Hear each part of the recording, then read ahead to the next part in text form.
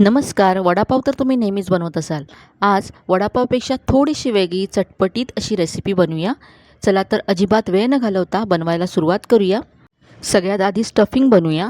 तर यासाठी एक वाटण तयार करूया. इथे आता मी हिरव्या मिरच्या घेतल्यात, 1 चमचा धने घेतले, थोडंसं आलं घेतलं आणि 1 चमचा बडीशेप घेतले. हे सगळं आता जाडसर आपल्याला कुटून घ्यायचं आहे. तुम्ही मिक्सरलासुद्धा बारीक करून घेऊ शकता. तर हे मी असं जाडसर कुटून घेते. आता हा कुटलेला मसाला आपण बाजूला ठेवूया आणि पुढची कृती करूया. तर इथे आता मी गॅसवरती कढई गरम करत ठेवले. यामध्ये एक मोठा चमचा तेल घालायचं आहे. तेल गरम झालं की इथे अर्धा चमचा मोहरी घालायची आहे. मोहरी मस्त तडतडली की अर्धा चमचा इथे जिरं घालायचं आहे. यानंतर यामध्ये जे आपण वाटण तयार केलं होतं ते घालायचं आहे. त्याआधी इथे मी 4 ते 5 कढीपत्त्याची पानं घातली. सगळं वाटण यामध्ये घातलं. आता हे वाटण तेलावरती छान परतून घ्यायचं आहे. यामध्ये मी पाव चमचा हिंग घातला.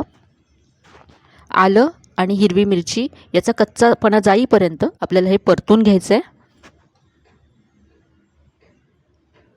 हे छान असं परतून घेतल्यानंतर यामध्ये मी पाव चमचा हळद घातली. यानंतर इथे मी लाल तिखट घालते. इथे हिरवी मिरचीसुद्धा आपण घातली, त्यामुळे लाल तिखट तुमच्या चवीप्रमाणे इथे तुम्ही कमी जास्त घाला. आता यामध्ये अर्धा चमचा गरम मसाला घालायचा आहे आणि हे मसाले तेलावरती परतून घ्यायचे आहेत. मसाले करपू नये म्हणून मी इथे 1 चमचा पाणी घालते.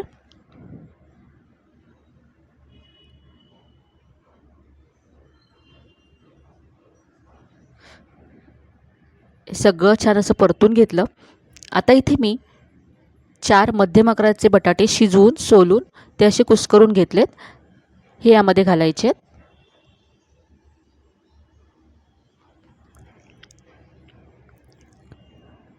आता यामध्ये चवीप्रमाणे मीठ घालायचं आहे आणि ही सगळी भाजी किंवा मसाला परतून घ्यायचा आहे. तुमच्याकडे जर घरी मटार असेल तर 2 चमचे वाफवलेला मटार तुम्ही यामध्ये घालू शकता.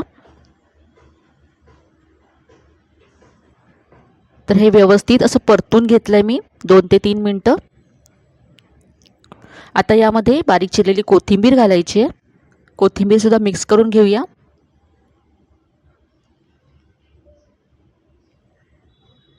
भाजी छान अशी परतून घ्यायची म्हणजे खूप मस्त चव येते भाजीला.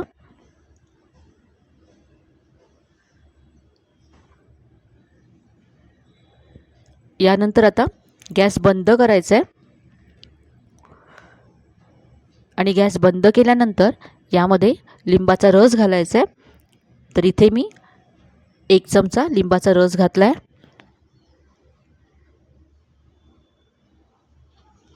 मिक्स करून घेऊया आणि ही आता आपली भाजी किंवा स्टफिंग तयार आहे. हे आपण काढून घेऊया बाउलमध्ये आणि पूर्ण थंड करून घेऊया. तर हे थंड होत आहे तोपर्यंत आपण पीठ तयार करून घेऊया. तर इथे आता दुसरा बाउल घेतला आहे. यामध्ये 1 कप बेसन घ्यायचं आहे. यानंतर यामध्ये चवीप्रमाणे मीठ घालायचं आहे. इथे मी लाल तिखट घालते. वरचं आपलं जे आवरण आहे ते सुद्धा थोडंसं तिखट व्हावं, त्याला चव यावी यासाठी ऑप्शनल आहे. तुम्हाला नसेल घालायचं तर नाही घातलं तरी चालेल. यानंतर इथे अर्धा चमचा ओवा घालायचा आहे. ओवा असा हातावरती कुस्करून घालायचा म्हणजे स्वाद खूप छान येतो. हे मिक्स करून घ्यायचं आहे आणि आता यामध्ये पाणी घालून हे पीठ आपल्याला तयार करून घ्यायचं आहे. जास्त घट्टसुद्धा नको आहे आणि पातळसुद्धा करायचं नाही आहे. पाहू शकता हे असं हवं आहे आपल्याला.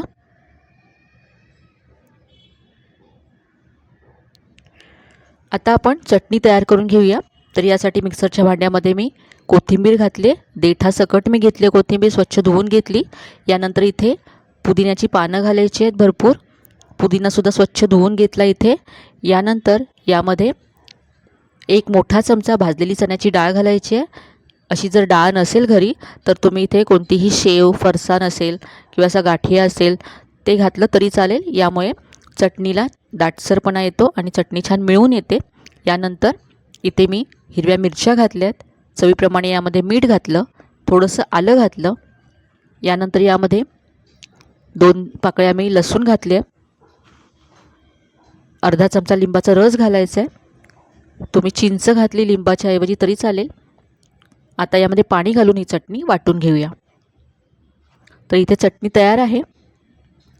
तर इथे आपली सगळी तयारी झाली आहे। सारण तयार आहे, पीठ तयार आहे, चटणीसुद्धा आपण तयार करून घेतली आहे।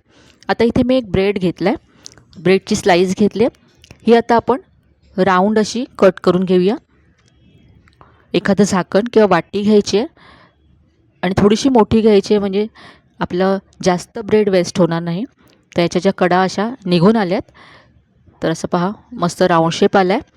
आणि जे एक्स्ट्राचं आहे याची तुम्ही ब्रेड क्रम्स बनवू शकता, जे तुम्ही दुसऱ्या रेसिपीमध्ये वापरू शकता।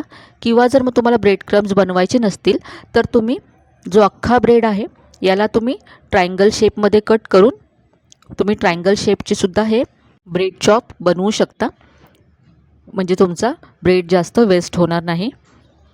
इथे आता मी राऊंड शेपमध्ये बनवते, तर असाच आणखी एक ब्रेड मी इथे कट करून घेतला आहे। आता या ब्रेडवरती आपण चटणी लावून घेऊया। तर इथे आता दोन्ही ब्रेडवरती मी चटणी लावते, कारण मला तिखट बनवायचे थे। तुम्हाला जर जास्त तिखट नको असेल तर तुम्ही एका ब्रेडवरती टोमॅटो केचप लावून घेऊ शकता, किंवा मग तुमच्याकडे जी चिंच गुळाची चटणी असते ती सुद्धा तुम्ही इथे लावू शकता। आता हे आपण असं बंद करूया आणि जे आपण स्टफिंग तयार केलं आहे, बटाट्याचा मसाला जो तयार केला आहे तो याच्यावरती पसरवून घ्यायचा आहे। जास्त जाड पसरवायचं नाही आहे, पातळ अशी लेयर करायची आहे, पण एकसारखी करायची सगळीकडे। पहा आता दुसऱ्या बाजूला सुद्धा हा मसाला आपण लावून घेऊ। दोन्ही बाजूनी हा मसाला लावून घेतला आपण। आता आपण हे फ्राय करूया। तर इथे मी तेल गरम करून घेतलं आहे। इथे लक्षात ठेवा तेल व्यवस्थित असं गरम हवं, नाहीतर आपला जो हा ब्रेड चॉप आहे तो जास्त तेलकट होईल, जास्त तेल ॲब्झॉर्ब करेल। म्हणून तेल अगदी व्यवस्थित गरम करून घ्यायचं आहे आणि मगच तेलामध्ये सोडायचं आहे। तर इथे पहा तेल व्यवस्थित गरम केल्यानंतर गॅसची फ्लेम मीडियम केले। आता हे आपण आपल्या पिठामध्ये घोळवून फ्राय करूया।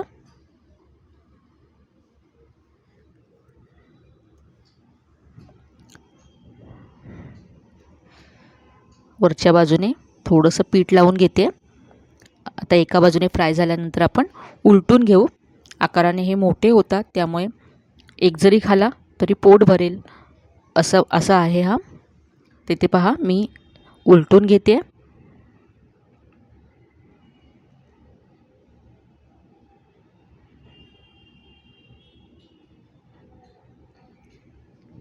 दुसऱ्या बाजूने सुद्धा फ्राय करून घेतला आहे। दोन्ही बाजूने मस्त असा फ्राय करून घ्यायचा आहे। रंगसुद्धा खूप मस्त आला आहे। काढून घेऊ।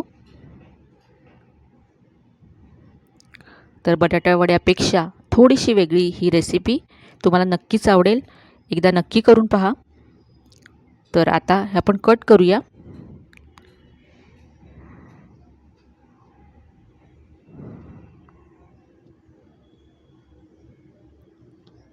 तुम्ही पाहू शकता याचे लेयर्स किती छान दिसत आहेत। इथे मी आणखी एक पीस याचा करते। मुलांना तर अगदी आवडेल अशी रेसिपी आहे, अगदी चटपटीत आणि मस्त रेसिपी ही होते। तर इथे आता आपण हे सर्व करूया। तर आपण जी चटणी बनवली आणि टोमॅटो केचप बरोबर मी सर्व करते।